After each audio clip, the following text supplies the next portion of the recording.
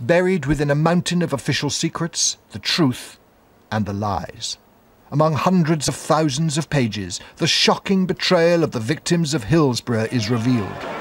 The fans who'd made their way across the Pennines that sunny spring Saturday had been betrayed before they even got to the ground. The stadium was a death trap, and the authorities knew it. But this was an era when managing football crowds saw public order put before public safety. Fans herded into pens, treated like animals.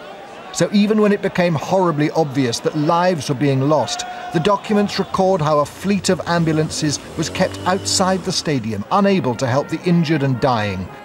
Fans rushed through a broken turnstile, crushing Liverpool supporters against the front of the stand.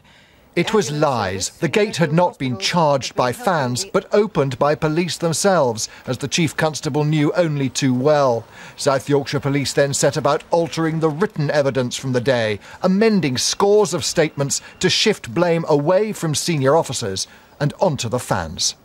Even now, 23 years after the event, I would wish to profoundly apologise not only to the family of the 96, but also Liverpool fans in general.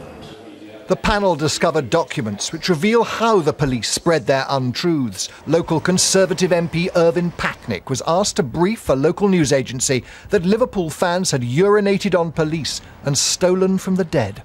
So it was that the Sun newspaper reported police lies as the truth, a vile slander for which 23 years too late, its author, the editor Kelvin Mackenzie, today finally apologised.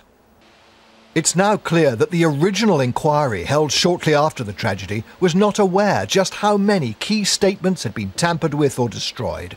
The Prime Minister, Margaret Thatcher, was briefed by her private secretary that the behaviour of South Yorkshire Police was close to deceitful.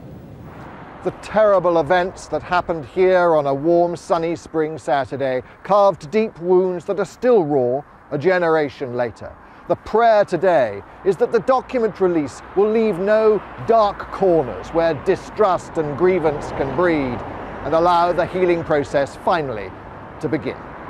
A monumental cover-up and a sickening campaign of vilification against victims, grieving families, traumatised survivors and a city in shock.